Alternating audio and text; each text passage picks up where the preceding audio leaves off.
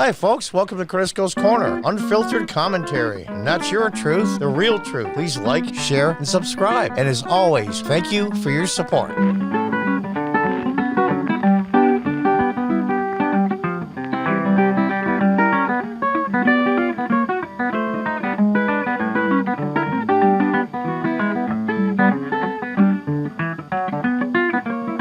Hi, folks. Welcome back. To continue on with our statement from our president, I say our, unlike the asshats that when Trump was president, not my president. Well, I don't like it. I don't like the fact Joe Biden's president, but he's still our president. To continue on the theme, no amendment to the Constitution is absolute. Let's look at the 15th and 19th Amendments. Now, here we are with the 15th Amendment. The rights of citizens of the United States to vote shall not be denied or abridged by the United States or any state on account of race, color, or previous condition of servitude. The Congress shall have the power to enforce this article by appropriate legislation. Now, those of you out there say, well, you know, the Georgia laws and other states and blah, blah, blah. No. On the count of race, color, or previous condition of servitude. What this was for was one of the three amendments passed directly after the Civil War to guarantee that blacks, former slaves, had the legal right to vote. Because at that time, when this was passed, all blacks were former slaves, except for the freed ones, of course.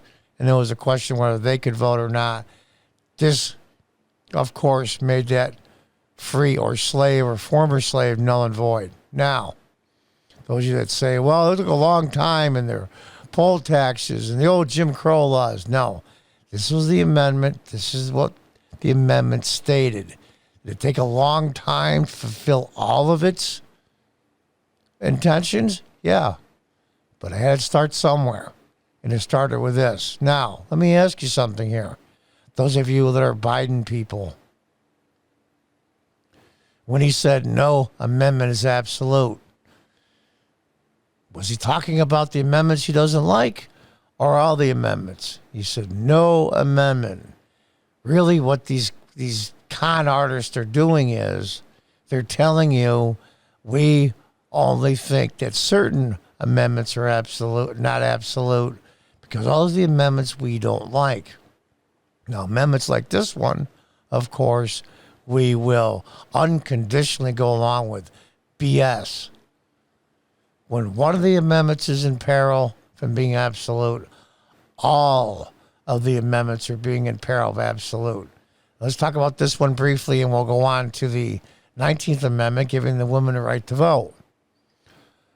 The right of citizens of the United States should not be denied or abridged by the United States or any other state on account of race, color, or previous condition of servitude, i.e. former slave.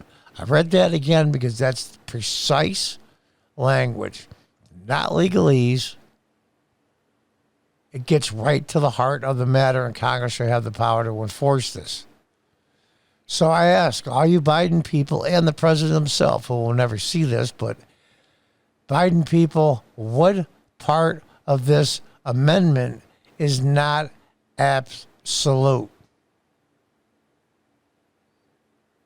I sit here and wait for your answer, but I could be here a long time. Leave in the comment section.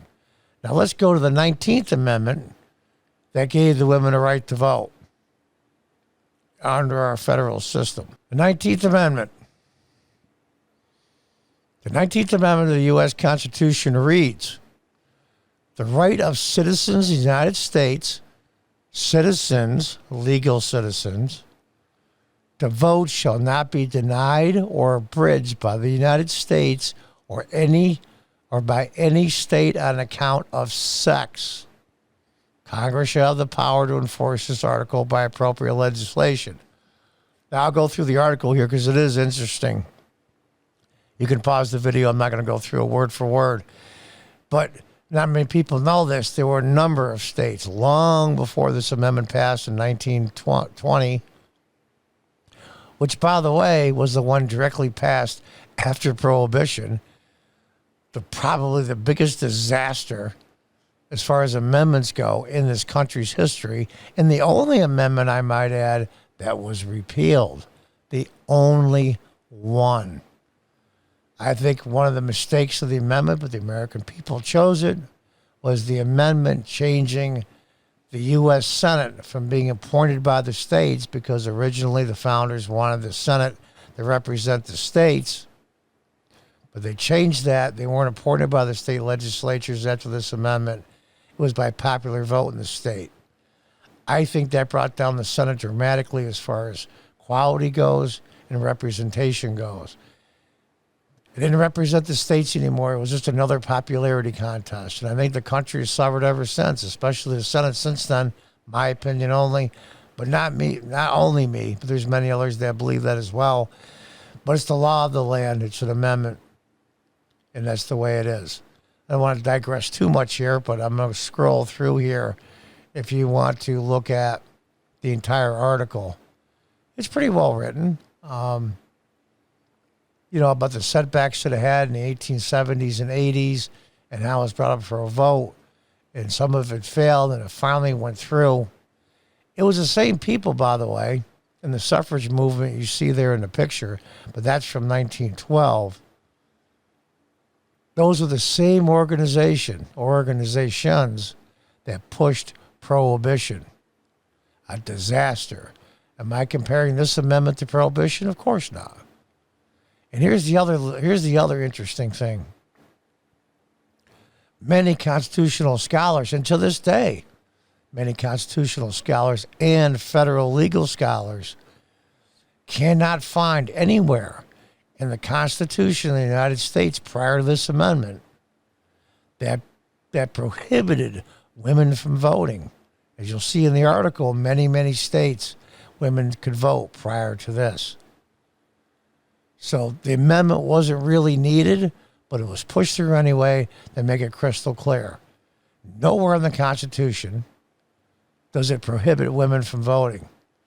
And nowhere on the Constitution does it prohibit people from voting because of race or color. But they had to put that in there anyway, just to make it crystal clear. So I don't have a problem with it.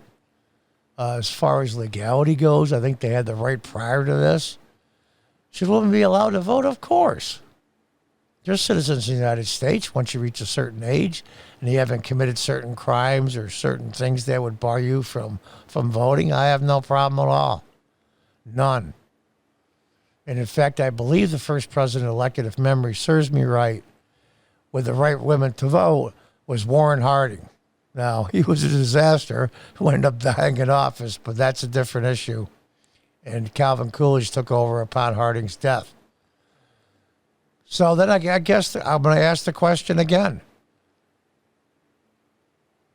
Biden fans, President Biden, show me how the 19th Amendment, the right of citizens of the United States to vote, shall not be denied or abridged by the United States or by any state on account of sex.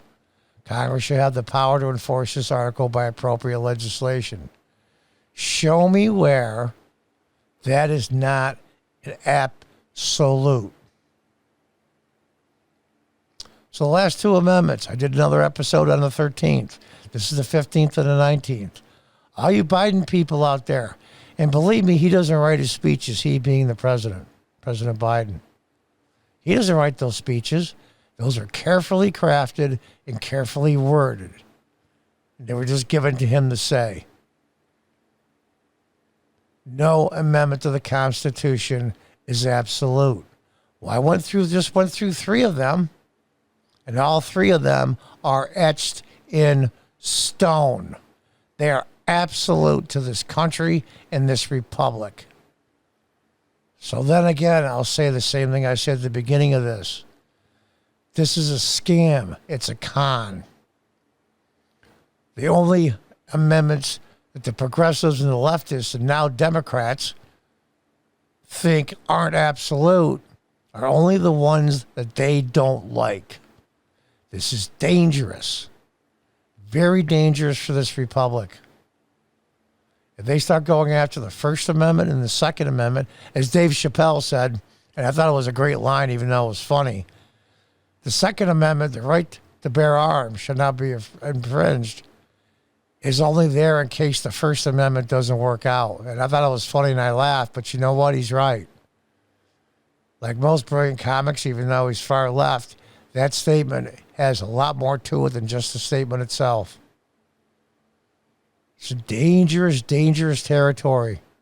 Taking amendments you don't like and stripping them of their meaning and their authority in this country. You can say what you will about Trump. He stomped on nobody's rights as per the Constitution. No one. You might not like his attitude, may not like his arrogance. You can say he's flawed in tons of ways personally, which is true. But to my knowledge, a U.S. citizen, Trump has never once even implied that a legal U.S. citizen should not have any of the constitutional guarantees that this republic has set up. If anybody can show me one, I'd be happy to see it. Leave it in the comment section. So I'm going to do these 3 amendments only. You get the idea about the absolution of amendments. They're walking on dangerous territory, folks. Stacking the Supreme Court, adding seats, taking certain amendments they don't like, and basically stripping them, making them impotent and really powerless. There is no quicker way for a republic to disintegrate than the average citizen. One, doesn't believe that the voting is secure and legal. 2, that our Constitution and our rights are being infringed on a massive scale. And 3, that the judicial system is now a joke, i.e. the Supreme Court and other federal courts. A kangaroo court, if you will. Those 3 things, when they're all in play at once, is always, always, always a formula for disaster. And until next time, folks, goodbye and good luck.